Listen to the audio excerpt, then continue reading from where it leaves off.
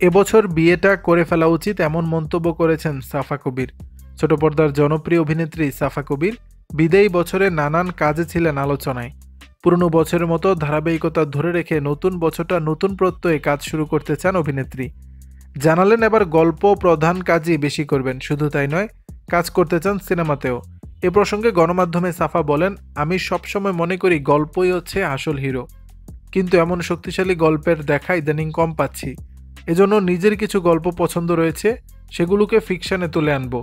নতুন বছরে আরও গল্প প্রধান কাজ নিয়ে দর্শকদের সামনে হাজির হতে চাই। সিনেমায় কাজ করা প্রসঙ্গে অভিনেত্রী বলেন, দেশে এখন অনেক ভালো সিনেমা হচ্ছে, আমি নিজেও অপেক্ষায় আছি ভালো সিনেমা নিয়ে দর্শকদের সামনে হাজির হওয়ার। তার সমসাময়িক অনেকে বিয়ের পিঁড়িতে বসেছেন, কিন্তু তিনি এখনও সিঙ্গেল। তাই তো নতুন বছরের প্রথম দিনেই নিজের বিয়ে নিয়ে মুখ খুললেন তিনি। নতুন বছরেই বিয়ে করা উচিত এমনটাই মনে করেন অভিনেত্রী। বিয়ের পরিকল্পনা নিয়ে সাফা বললেন, আমার বিয়ে নিয়ে সবাই এত এত চিন্তিত মনে হচ্ছে, এবছর বিয়েটা করে ফেলা উচিত। দর্শক, বিষয়টি নিয়ে আপনাদের মতামত জানাবেন নিচের কমেন্ট বক্সে।